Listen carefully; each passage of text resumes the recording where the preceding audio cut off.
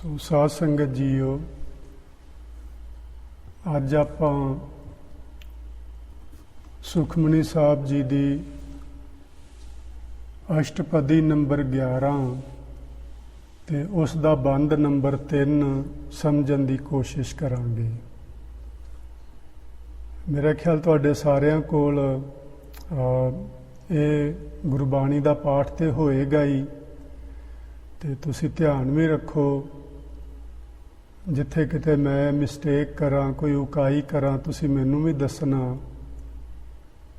ਤੇ ਜਿੱਥੇ ਕਿਤੇ ਤੁਹਾਨੂੰ ਕੋਈ ਕੁਐਸਚਨ ਹੋਵੇ ਉਹ ਵੀ ਤੁਸੀਂ ਜ਼ਰੂਰ ਨੋਟ ਕਰ ਲੈਣਾ, ਤਾਂ ਕਿ ਆਪਾਂ ਬਾਅਦ ਵਿੱਚ ਉਸ ਦੇ ਉੱਤੇ ਗੱਲਬਾਤ ਕਰ ਸਕੀਏ।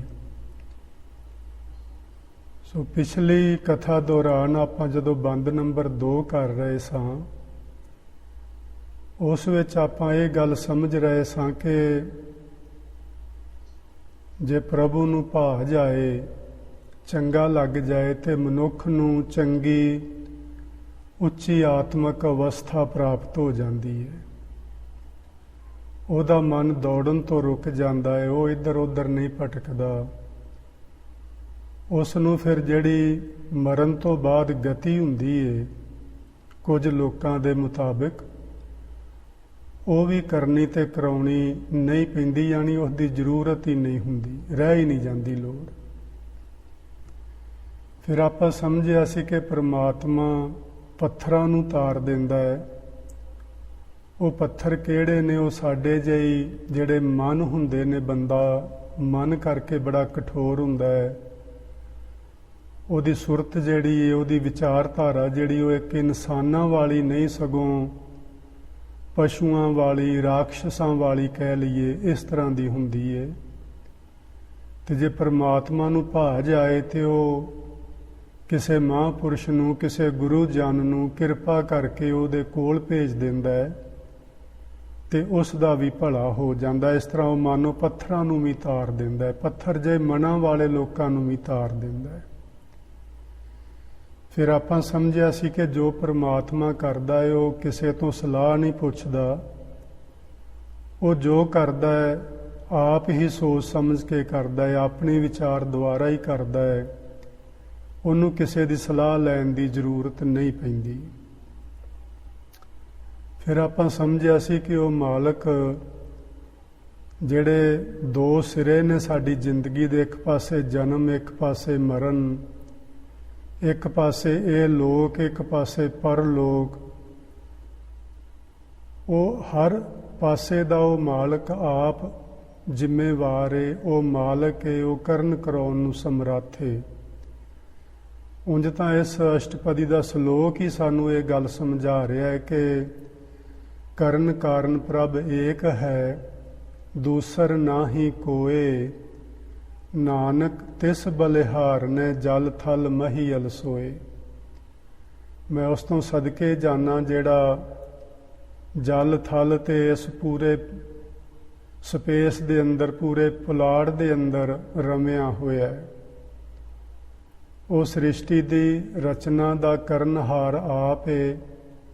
5 ਤੱਤ ਉਸ ਤੋਂ ਹੀ ਪੈਦਾ ਹੁੰਦੇ ਨੇ, ਇਸ ਲਈ ਉਸ ਨੂੰ ਮਹਾਭੂਤ ਵੀ ਆਖ ਦਿੰਦੇ ਨੇ। ਸੋ ਇਹ ਸਾਰਾ ਕੁਝ ਕਰਨ ਕਾਰਨ ਵਾਲਾ ਪ੍ਰਮਾਤਮਾ ਆਪ ਹੀ ਹੈ। ਤੇ ਅਖੀਰ ਵਿੱਚ ਗੁਰੂ ਜੀ ਨੇ ਆਖਿਆ ਸੀ, ਜੋ ਭਾਵੈ ਸੋ ਕਾਰ ਕਰਾਵੈ, ਨਾਨਕ ਦ੍ਰਿਸ਼ਟੀ ਅਵਰ ਨਾ ਆਵੈ। ਸਤਿਗੁਰੂ ਆਖਦੇ ਸਨ ਕਿ ਭਾਈ ਮੈਨੂੰ ਤੇ ਹੋਰ ਕੋਈ, ਮੇਰੀ ਤੇ ਨਿਗਾਹ ਵਿੱਚ ਹੋਰ ਨਹੀਂ ਕੋਈ ਆਉਂਦਾ ਜਿਹੜਾ ਪਰਮਾਤਮਾ ਤੋਂ, ਇੱਕ ਉਸ ਵਾਹਿਗੁਰੂ ਤੋਂ ਬਿਨਾ ਕੋਈ ਹੋਰ ਉਹਦੇ ਬਰਾਬਰ ਦੀ ਹਸਤੀ ਹੋਵੇ, ਜਿਹੜੀ ਸ੍ਰਿਸ਼ਟੀ ਦੀ ਰਚਨਾ ਨੂੰ ਰਚਣ ਦੇ ਸਮਰੱਥ ਹੋਵੇ। ਜਿਵੇਂ ਅਸੀਂ ਆਮ ਸੁਣਦੇ ਹਾਂ ਕਿ 3 ਦੇਵਤੇ ਨੇ, ਜਿਵੇਂ ਗੁਰੂ ਨਾਨਕ ਸਾਹਿਬ ਨੇ ਆਖਿਆ, ਏਕਾ ਮਾਈ ਜੁਗਤ ਵਿਆਈ, 3 ਚੇਲੇ ਪ੍ਰਵਾਨ। ਵੀ ਇੱਕ ਸ੍ਰਿਸ਼ਟੀ ਨੂੰ ਪੈਦਾ ਕਰਦਾ ਹੈ, ਇੱਕ ਜੀਵਾਂ ਨੂੰ ਰੋਜ਼ੀ ਰੋਟੀ ਦਿੰਦਾ ਹੈ, ਤੇ ਇੱਕ ਉਹਨਾਂ ਨੂੰ ਲੈ ਕਰਦਾ, ਉਹਨਾਂ ਨੂੰ ਖਤਮ ਕਰਦਾ ਹੈ। ਪਰ ਗੁਰੂ ਨਾਨਕ ਸਾਹਿਬ ਦਾ ਜਾਂ ਗੁਰਮਤਿ ਦੀ ਇਹ ਵਿਚਾਰਧਾਰਾ ਇਹ ਹੈ ਕਿ ਕੇਵਲ ਤੇ ਕੇਵਲ ਇੱਕ ਪਰਮਾਤਮਾ ਹੀ ਸਭ ਕੁਝ ਕਰਦਾ ਹੈ। ਉਹਦੀ ਥਾਂ ਕੋਈ ਦੂਸਰਾ, ਨਾ ਦੇਵੀ, ਨਾ ਦੇਵਤਾ, ਨਾ ਗੁਰੂ ਜਨ, ਨਾ ਸੰਤ ਭਗਤ, ਨਾ ਕੋਈ ਹੋਰ ਉਹਦੀ ਜਗ੍ਹਾ ਨਹੀਂ ਲੈ ਸਕਦਾ, ਕਿਉਂਕਿ ਨਾਨਕ ਦ੍ਰਿਸ਼ਟੀ ਅਵਰ ਨਾ ਆਵੇ। ਵੀ ਮੈਨੂੰ ਉਹੋ ਜਿਹੀ ਸ਼ਖਸੀਅਤ, ਉਹੋ ਜਿਹੀ ਹਸਤੀ ਕੋਈ ਹੋਰ ਨਜ਼ਰ ਆ ਹੀ ਨਹੀਂ ਰਹੀ। ਸੋ ਅੱਜ ਦਾ ਬੰਦ ਨੰਬਰ 3 ਸ਼ੁਰੂ ਕਰਦੇ ਹਾਂ। ਉਹਦੇ ਵਿੱਚ ਗੁਰੂ ਜੀ ਨੇ ਗੱਲ ਹੀ ਇੱਥੋਂ ਸ਼ੁਰੂ ਕੀਤੀ ਏ, ਕਹੋ ਮਾਨੁਖ ਤੇ ਕਿਆ ਹੋਇਆ ਵੈ। ਕਹੋ ਦਾ ਮਤਲਬ ਹੈ ਦੱਸੋ, ਵੀ ਤੁਸੀਂ ਆਖੋ, ਤੁਸੀਂ ਦੱਸੋ ਤਾਂ ਸਹੀ ਵੀ ਇਸ ਬੰਦੇ ਤੋਂ ਕੀ ਹੋ ਸਕਦਾ ਹੈ, ਕੀ ਕੀਤਾ ਜਾ ਸਕਦਾ ਹੈ।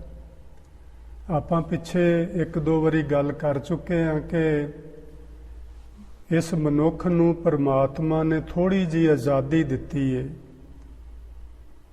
ਬਹੁਤ ਘੱਟ, ਜਿਵੇਂ 10-20 ਫੁੱਟ ਅਸੀਂ ਕਿਸੇ ਆਪਣੇ ਪੈਟ ਨੂੰ ਆਪਣੇ ਨਾਲ ਲਈ ਜਾਂਦੇ ਰੱਸੀ ਪਾ ਕੇ, ਤੇ ਉਹਨੂੰ 10-20 ਫੁੱਟ ਦੀ ਆਜ਼ਾਦੀ ਦਿੰਦੇ ਆ ਕਿ ਉੱਥੋਂ ਤੱਕ ਤੂੰ ਘੁੰਮ ਸਕਦਾ ਹੈ। ਇਸੇ ਤਰ੍ਹਾਂ ਪਰਮਾਤਮਾ ਨੇ ਸਾਨੂੰ ਥੋੜ੍ਹਾ ਬਹੁਤਾ ਕੁਝ ਕਰਨ ਦੀ ਆਜ਼ਾਦੀ ਦਿੱਤੀ ਹੈ। ਅਸੀਂ ਆਪਣੇ ਢੰਗ ਤਰੀਕਿਆਂ ਨਾਲ ਚੰਗਾ ਮਾੜਾ ਕਰ ਸਕਦੇ ਹਾਂ।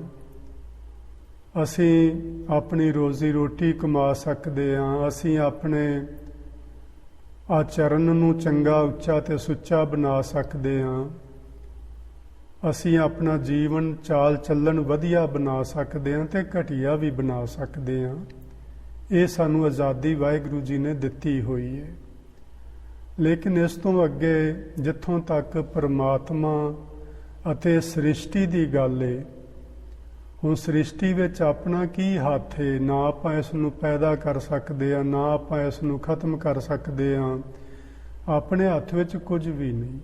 ਜੇ ਅਸੀਂ ਉਸ ਲੈਵਲ ਤੇ ਵੇਖੀਏ ਤੇ ਸਿਆਣੇ ਜਿਹੜੇ ਨੇ ਅੱਜ ਕੱਲ੍ਹ, ਜਿਵੇਂ ਸਾਇੰਸ ਦੱਸ ਰਹੀ ਹੈ ਕਿ ਜਦੋਂ ਅਸੀਂ ਇਹਨਾਂ ਬ੍ਰਹਿਮੰਡਾਂ ਵੱਲ ਨਿਗਾਹ ਮਾਰਦੇ ਹਾਂ, ਕਰੋੜਾਂ ਅਰਬਾਂ ਜਿਹੜੀਆਂ ਗਲੈਕਸੀਜ਼ ਨੇ ਉਹਨਾਂ ਵੱਲ ਵੇਖਦੇ ਹਾਂ, ਤੇ ਸਾਡੀ ਧਰਤੀ ਇੱਕ ਬਿੰਦੂ ਤੋਂ ਵੱਧ ਪਾਇਆ ਨਹੀਂ ਰੱਖਦੀ ਇਸ ਬ੍ਰਹਿਮੰਡ ਵਿੱਚ। ਜੇ ਪੂਰੀ ਧਰਤੀ ਦਾ ਇਹ ਹਾਲ ਹੈ ਤੇ ਅਸੀਂ ਵਿੱਚ ਕਿੱਥੇ ਹਾਂ? ਆਪਾਂ ਨੂੰ ਇਹ ਸੋਚਣਾ ਚਾਹੀਦਾ, ਵਿਚਾਰਨਾ ਚਾਹੀਦਾ। ਸੋ ਕਹੋ ਮਾਨੁਖ ਤੇ ਕਿਆ ਹੋਇਆ ਵੈ। ਤੁਸੀਂ ਦੱਸੋ ਕਿ ਮਨੁੱਖ ਦੇ ਹੱਥ ਵਿੱਚ ਕੀ ਹੈ, ਇਹਦੇ ਤੋਂ ਕੀ ਹੋ ਸਕਦਾ ਹੈ, ਕੀ ਕੀਤਾ ਜਾ ਸਕਦਾ ਹੈ, ਮਨੁੱਖ ਕੀ ਕਰ ਸਕਦਾ ਹੈ, ਇਸ ਦੀ ਪਾਇਆ ਕੀ ਹੈ, ਇਸ ਦੀ ਹਸਤੀ ਕੀ ਹੈ? ਭਾਵ ਕੁਝ ਵੀ ਨਹੀਂ। ਜੇ ਏਡੀ ਵੱਡੀ ਧਰਤੀ ਦੀ ਕੋਈ ਪਾਇਆ ਨਹੀਂ ਇਸ ਵਾਹਿਗੁਰੂ ਜੀ ਦੀ ਸਮੁੱਚੀ ਰਚਨਾ ਦੇ ਸਾਹਮਣੇ, ਤੇ ਸਾਡੀ ਇੱਕ ਮਨੁੱਖ ਦੀ ਕੀ ਹੋ ਸਕਦੀ ਹੈ? ਲੇਕਿਨ ਗੁਰੂ ਜੀ ਆਖਦੇ ਨੇ, ਜੋ ਤਿਸ ਭਾਵੈ ਸੋਈ ਕਰਾਵੈ। ਜੋ ਉਸ ਮਾਲਕ ਨੂੰ ਚੰਗਾ ਲੱਗਦਾ ਹੈ, ਉਹ ਮਾਲਕ ਇਸ ਵਿਅਕਤੀ ਕੋਲੋਂ ਉਹ ਕੁਝ ਹੀ ਕਰਵਾ ਲੈਂਦਾ। ਇੱਥੇ ਨਾ ਸਮਝਣਾ ਕਿ ਫਿਰ ਅਸੀਂ ਤੇ ਬਰੀ ਹੋ ਗਏ, ਵੀ ਜਿਹੜੇ ਅਸੀਂ ਔਗਣ ਕਰਦੇ ਹਾਂ ਉਹ ਵੀ ਸਾਡੇ ਤੋਂ ਰੱਬ ਹੀ ਕਰਾਉਂਦਾ ਹੈ, ਜਿਹੜੇ ਅਸੀਂ ਮਾੜੇ ਕੰਮ ਕੀਤੇ ਨੇ ਉਹ ਵੀ ਰੱਬ ਨੇ ਹੀ ਕਰਵਾਏ ਨੇ, ਫਿਰ ਸਾਡਾ ਤੇ ਕੋਈ ਕਸੂਰ ਨਹੀਂ। ਇਹ ਗੱਲ ਨਹੀਂ। ਇਹ ਆਪਾਂ ਪਹਿਲਾਂ ਹੀ ਗੱਲ ਕਰ ਚੁੱਕੇ ਹਾਂ। ਉਸ ਨੂੰ ਤੁਸੀਂ ਜ਼ਰੂਰ ਧਿਆਨ 'ਚ ਰੱਖਣਾ ਕਿ ਵਾਹਿਗੁਰੂ ਜੀ ਨੇ ਕੁਝ ਹੱਦ ਤੱਕ 10-20 ਫੁੱਟ ਇੱਧਰ ਉੱਧਰ ਹੋ ਜਾਣ ਲਈ ਸਾਨੂੰ ਆਜ਼ਾਦ ਬਣਾਇਆ ਹੋਇਆ, ਸਾਨੂੰ ਆਜ਼ਾਦੀ ਦਿੱਤੀ ਹੋਈ ਹੈ। ਅਸੀਂ ਜਿਹੜੇ ਗੁਨਾਹ ਕਰਦੇ ਹਾਂ, ਅਸੀਂ ਉਸ ਆਜ਼ਾਦੀ ਦਾ ਫਾਇਦਾ ਉਠਾਉਂਦੇ ਹਾਂ। ਉਹਦੇ ਵਿੱਚ ਅਸੀਂ ਚੰਗੇ ਕਰਮ ਵੀ ਕਰਦੇ ਹਾਂ। ਜਿਹੜੇ ਲੋਕ ਆਪਾਂ ਚੰਗੇ ਕਰਮ ਕਰਦੇ ਹਾਂ, ਉਹ ਲੋਕ ਜਿਹੜੇ ਨੇ ਇਸ ਸ੍ਰਿਸ਼ਟੀ ਦੇ ਅੰਦਰ ਸ੍ਰਿਸ਼ਟੀ ਨੂੰ ਖੂਬਸੂਰਤ ਬਣਾਉਣ ਲਈ ਉਹਨਾਂ ਦਾ ਯੋਗਦਾਨ ਹੁੰਦਾ ਹੈ। ਸੋ ਆਪਾਂ ਇਹ ਚੀਜ਼ ਨੂੰ ਧਿਆਨ 'ਚ ਰੱਖਣਾ ਹੈ ਕਿ ਵਾਹਿਗੁਰੂ ਜੀ ਨੇ ਸਾਨੂੰ ਕੁਝ ਆਜ਼ਾਦੀ ਦਿੱਤੀ ਹੋਈ ਹੈ। ਉੱਥੋਂ ਤੱਕ ਅਸੀਂ ਆਪਣੇ ਕਰਮ ਚੰਗੇ ਕਮਾ ਸਕਦੇ ਹਾਂ ਤੇ ਮਾੜੇ ਵੀ ਕਰ ਸਕਦੇ ਹਾਂ। ਲੇਕਿਨ ਵੱਡੇ ਲੈਵਲ ਤੇ ਕਿ ਅਸੀਂ ਇਸ ਧਰਤੀ ਉੱਤੇ ਕੁਝ ਕਰ ਗੁਜ਼ਰੀਏ, ਕੁਝ ਬ੍ਰਹਿਮੰਡੀ ਤਲ ਤੇ ਕਰ ਵਿਖਾਈਏ, ਉਹ ਅਸੀਂ ਨਹੀਂ ਕਰ ਸਕਦੇ। ਕਿ ਅਸੀਂ ਇਸ ਸੌਰ ਮੰਡਲ ਦੇ ਅੰਦਰ, ਜਿਹਦੇ ਵਿੱਚ ਸਾਡੇ ਪਲੈਨਟਸ ਨੇ 6-7 ਜਿੰਨੇ ਵੀ ਨੇ, ਕੀ ਇਹੋ ਜਿਹਾ ਇੱਕ ਪਲੈਨਟ ਹੋਰ ਤਿਆਰ ਕਰ ਸਕਦੇ ਹਾਂ ਵੀ ਅਸੀਂ ਚੰਦਰਮਾ ਖੜਾ ਕਰ ਦਈਏ ਇੱਕ ਹੋਰ, ਜਾਂ ਅਸੀਂ ਇੱਕ ਸੂਰਜ ਹੋਰ ਬਣਾ ਦਈਏ ਇਹੋ ਜਿਹਾ। ਸੋ ਇਸ ਲੈਵਲ ਦਾ ਅਸੀਂ ਕੁਝ ਵੀ ਨਹੀਂ ਕਰ ਪਾਉਂਦੇ। ਸੋ ਇਹ ਗੱਲ ਧਿਆਨ 'ਚ ਰੱਖਣੀ ਹੈ ਕਿ ਜਿਹੜੇ ਅਸੀਂ ਇੱਥੇ ਆਖਿਆ ਨਾ, ਜੋ ਤਿਸ ਭਾਵੈ ਸੋਈ ਕਰਾਵੈ, ਇਹ ਨਾ ਆਖਣਾ, ਇਹ ਨਾ ਸਮਝ ਲੈਣਾ ਕਿ ਜਿਹੜੇ ਮਾੜੇ ਕੰਮ ਕਰਾਏ ਨੇ ਉਹ ਵੀ ਵਾਹਿਗੁਰੂ ਜੀ ਨੇ ਸਾਡੇ ਤੋਂ ਕਰਾਏ ਨੇ, ਅਸੀਂ ਤੇ ਬਰੀ ਹੋ ਗਏ ਹਾਂ। ਇਹ ਨਹੀਂ ਗੱਲ। ਵੱਡੇ ਉੱਚੇ ਲੈਵਲ ਤੇ ਸਾਡੇ ਵੱਸ ਕੁਝ ਨਹੀਂ ਹੈ, ਲੇਕਿਨ ਛੋਟੀ ਪੱਧਰ ਤੇ ਆਪਣੇ ਕਰਮ ਅਸੀਂ ਚੰਗੇ ਤੇ ਮਾੜੇ ਕਰ ਵੀ ਸਕਦੇ ਹਾਂ, ਕਰਵਾ ਵੀ ਸਕਦੇ ਹਾਂ। ਹੁਣ ਗੁਰੂ ਜੀ ਅੱਗੇ ਆਖਦੇ ਨੇ, ਇਸ ਕਾ ਹਾਥ ਹੋਏ ਤਾਂ ਸਭ ਕਿਛ ਲੈ। ਜਿਸ ਬੰਦੇ ਦੇ ਹੱਥ ਵਿੱਚ ਪ੍ਰਮਾਤਮਾ ਸਾਰਾ ਕੁਝ ਹੀ ਦੇ ਦੇਵੇ, ਇਹ ਤੇ ਮੈਨੂੰ ਲੱਗਦਾ ਬਾਕੀਆਂ ਨੂੰ ਭੁੱਖਿਆ ਮਾਰ ਦੇਵੇ, ਸਾਰੀ ਵੈਲਥ ਜਿੰਨੀ ਇਸ ਸ੍ਰਿਸ਼ਟੀ ਦੀ ਆਪਣੇ ਘਰੇ ਢੋ ਲਵੇ, ਇਕੱਠੀ ਕਰ ਲਵੇ, ਦੂਜਿਆਂ ਨੂੰ ਤੇ ਰੋਜ਼ੀ ਰੋਟੀ ਵੀ ਨਾ ਦੇਵੇ। ਬੰਦੇ ਦਾ ਸੁਭਾਅ ਇਹੋ ਜਿਹਾ। ਇਸ ਕਾ ਹਾਥ ਹੋਏ ਤਾਂ ਸਭ ਕਿਛ ਲੈ। ਜਿਸ ਮਨੁੱਖ ਦੇ, ਇਸ ਵਿਅਕਤੀ ਦੇ ਹੱਥ ਵਿੱਚ ਹੋਵੇ, ਤੇ ਇਸ ਧਰਤੀ ਉੱਤੇ ਕਿਹੜਾ ਇਹੋ ਜਿਹਾ ਮਨੁੱਖ ਹੈ ਜਿਹੜਾ ਅਮਰੀਕਾ ਦਾ ਪ੍ਰੈਜ਼ੀਡੈਂਟ ਨਾ ਬਣਨਾ ਚਾਹੁੰਦਾ ਹੋਵੇ। ਗੱਲ ਬੜੀ ਸਮਝਣ ਵਾਲੀ ਹੈ ਕਿ ਪ੍ਰਮਾਤਮਾ ਨੇ ਸਾਡੀ ਯੋਗਤਾ ਦੇ ਮੁਤਾਬਕ ਸਾਨੂੰ ਉਸ ਥਾਂ ਤੇ ਰੱਖਿਆ ਹੋਇਆ ਹੈ, ਤੇ ਉਸ ਥਾਂ ਤੇ ਰਹਿੰਦੇ ਹੋਏ ਅਸੀਂ ਜਿੰਨਾ ਕੁਝ ਕਰ ਸਕਦੇ ਹਾਂ ਉਹ ਚੰਗਾ ਕਰ ਜਾਈਏ। ਬਸ ਇੰਨੀ ਕੀ ਗੱਲ ਸਮਝਣ ਵਾਲੀ ਹੈ। ਇਸ ਤੋਂ ਅੱਗੇ ਅਸੀਂ ਕੁਝ ਨਹੀਂ ਕਰ ਪਾਵਾਂਗੇ। ਹਾਂ, ਤੁਸੀਂ ਹਿੰਮਤ ਕਰੋ। ਗੁਰੂ ਜੀ ਨੇ ਨਹੀਂ ਆਖਿਆ ਉਦਮ ਕਰੇਂਦਿਆਂ ਜੀਓ ਤੂੰ, ਕਮਾਵਦਿਆਂ ਸੁਖ ਪੁੰਚ। ਵੀ ਉਦਮ ਜ਼ਰੂਰ ਕਰੋ ਕੁਝ ਚੰਗਾ ਕਰਨ ਲਈ, ਕੁਛ ਇਸ ਸ੍ਰਿਸ਼ਟੀ ਨੂੰ ਹੋਰ ਸੋਹਣਾ ਬਣਾਉਣ ਲਈ ਜੋ ਆਪਾਂ ਯੋਗਦਾਨ ਪਾ ਸਕਦੇ ਹਾਂ ਪਾਈਏ। ਕਿਤੇ ਦਰਖਤ ਲਾ ਸਕਦੇ ਹਾਂ, ਕਿਤੇ ਕੋਈ ਫੁੱਲਾਂ ਦੇ ਬੂਟੇ ਚਾਰ ਖੜੇ ਕਰ ਸਕਦੇ ਹਾਂ, ਕਿਤੇ ਕੋਈ ਫਲਦਾਰ ਬੂਟਾ ਲਗਾ ਸਕਦੇ ਹਾਂ। ਅਸੀਂ ਪਾਣੀ ਨੂੰ ਗੰਦਾ ਕਰਨ ਤੋਂ ਥੋੜ੍ਹਾ ਬਹੁਤਾ ਗੁਰੇਜ਼ ਕਰੀਏ। ਧਰਤੀ ਦੇ ਉੱਤੇ ਹਵਾ ਜਿਹੜੀ ਉਸ ਦੇ ਵਿੱਚ ਧੂਆਂ ਨਾ ਫੈਲਾਈਏ। ਕੁਝ ਇਹੋ ਜਿਹੇ ਕੰਮ ਆਪਾਂ ਕਰ ਸਕਦੇ ਹਾਂ। ਸੋ ਇਹ ਸਾਨੂੰ ਕਰਨੇ ਚਾਹੀਦੇ ਨੇ। ਅਸੀਂ ਜਪਜੀ ਸਾਹਿਬ ਜਦੋਂ ਪੜ੍ਹਦੇ ਹਾਂ ਤੇ ਪਵਨ ਗੁਰੂ, ਪਾਣੀ ਪਿਤਾ, ਮਾਤਾ ਧਰਤ ਮਹੱਤ ਦੀ ਗੱਲ ਅਸੀਂ ਪੜ੍ਹਦੇ ਹਾਂ। ਇਹਨਾਂ ਤਿੰਨਾਂ ਨੂੰ ਅਸੀਂ ਪੂਰਾ ਪੂਰਾ ਆਦਰ ਸਤਿਕਾਰ ਦਈਏ, ਧਰਤੀ ਨੂੰ, ਪਾਣੀ ਨੂੰ ਤੇ ਹਵਾ ਨੂੰ। ਸਤਿਕਾਰ ਦੇਣ ਤੋਂ ਮਤਲਬ ਮੇਰਾ ਇਹ ਨਹੀਂ ਕਿ ਇਹਨੂੰ ਸਵੇਰੇ ਉੱਠ ਕੇ ਮੱਥੇ ਟੇਕੀਏ। ਮੇਰਾ ਮਤਲਬ ਹੈ ਇਹਦਾ ਇਹ ਧਿਆਨ ਰੱਖੀਏ ਕਿ ਅਸੀਂ ਇਹਦੇ ਉੱਤੇ ਪ੍ਰਦੂਸ਼ਣ ਨਾ ਫੈਲਾਈਏ। ਜੇ ਸਵੇਰੇ ਉੱਠ ਕੇ ਸੂਰਿਆ ਨਮਸਕਾਰ ਤੇ ਕਰ ਲਈ ਤੇ ਸਾਰਾ ਦਿਨ ਇੱਥੇ ਅੱਗ ਬਾਲ ਕੇ ਧੂਆਂ ਮਚਾਈ ਰੱਖਿਆ ਤੇ ਕੀ ਫਾਇਦਾ ਹੋਇਆ ਉਹਦਾ। ਜੇ ਪਾਣੀ ਵਿੱਚ ਅਸੀਂ ਆਪਣਾ ਸਾਰਾ ਗਾਰਬੇਜ ਤੇ ਸੁੱਟਦੇ ਰਹੇ ਤੇ ਉਹਦਾ ਕੀ ਲਾਭ ਹੋਇਆ। ਸੋ ਇਹ ਚੀਜ਼ਾਂ ਵੱਲ ਧਿਆਨ ਗੁਰਮਤਿ ਦਿਵਾਉਂਦੀ ਹੈ ਸਾਨੂੰ। ਇਸ ਕਾ ਹਾਥ ਹੋਏ ਤਾਂ ਸਭ ਕਿਛ ਲੈ।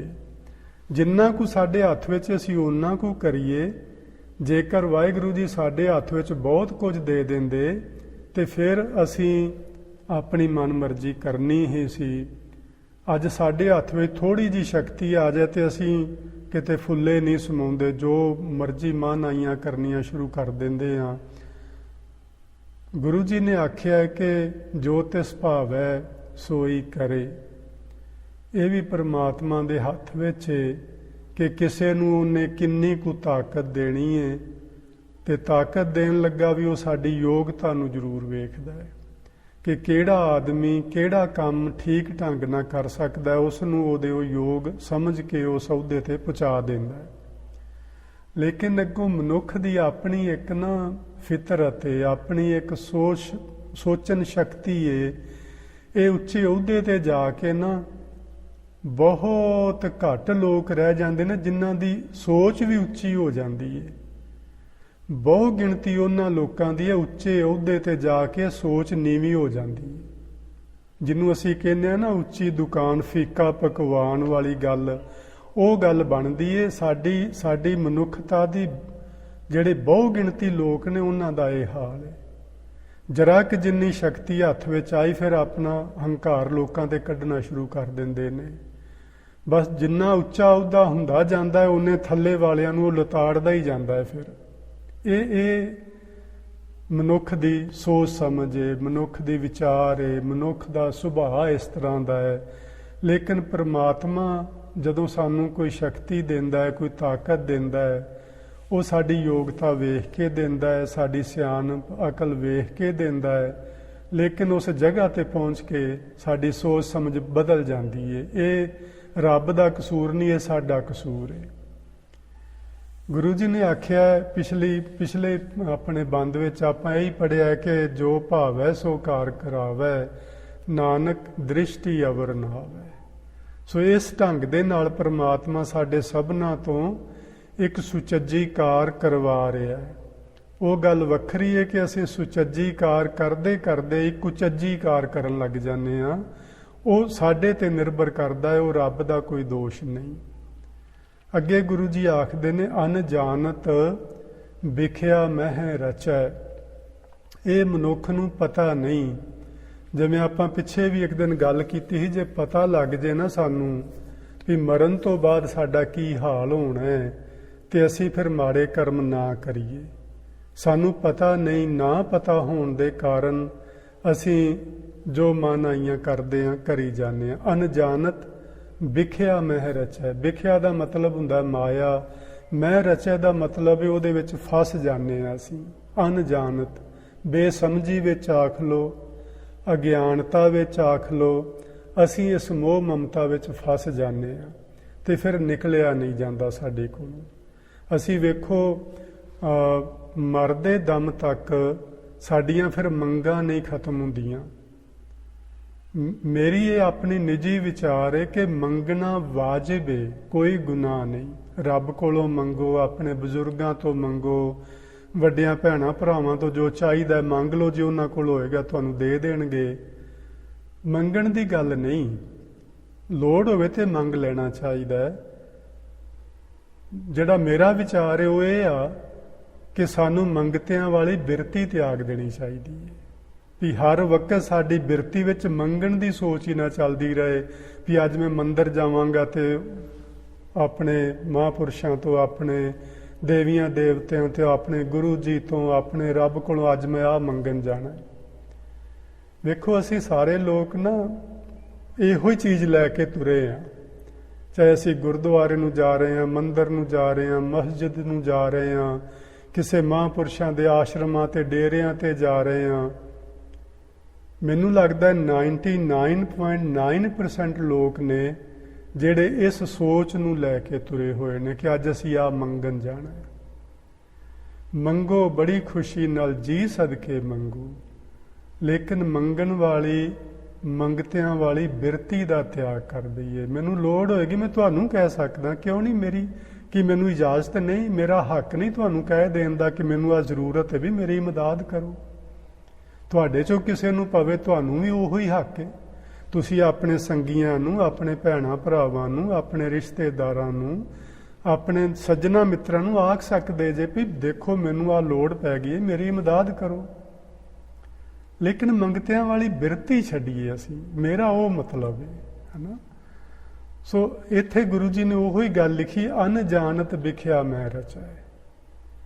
ਇਹ ਬੇਸਮਝੀ ਵਿੱਚ, ਅਗਿਆਨਤਾ, ਅਣਜਾਣਤ ਦਾ ਮਤਲਬ ਹੁੰਦਾ ਹੈ ਨਾ ਜਾਣਨਾ, ਤੇ ਉਹਨੂੰ ਅਸੀਂ ਬੇਸਮਝੀ ਆਖ ਲਈਏ, ਅਗਿਆਨਤਾ ਆਖ ਲਈਏ, ਅਣਜਾਣਪੁਣਾ ਆਖ ਲਈਏ, ਜੋ ਮਰਜ਼ੀ ਆਖ ਲਈਏ।